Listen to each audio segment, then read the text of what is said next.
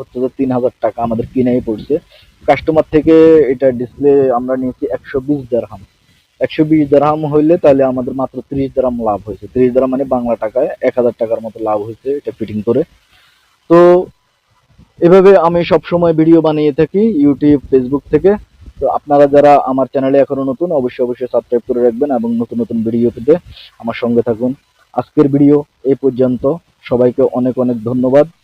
তো আমার ভিডিওতে অনেক ভুল ভ্রান্তি থাকতে পারে, সবাই ভুলের দিকে না তাকিয়ে, আমি অবশ্যই ভয়েস দেওয়ার সময় অনেক সময় দেখা যাচ্ছে ভুল ভ্রান্তি হতে পারে। যদি কোনো কিছু জানার ইচ্ছা থাকে তাহলে আমাকে অবশ্যই অবশ্যই আমাকে কমেন্ট করে জানাবেন যে ভিডিওগুলো কেমন হচ্ছে বা ভয়েসটা ক্লিয়ার হচ্ছে কিনা।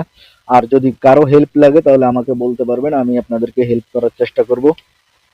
সো এই ধরনের কাজ যারা শিখতে চান তারা অবশ্যই আমার চ্যানেলের সঙ্গে থাকুন, দেখতে থাকুন। আর দেখতে দেখতে আপনারা শিখে যাবেন। তখন আপনারা ঘরে বসে আপনার মোবাইলটা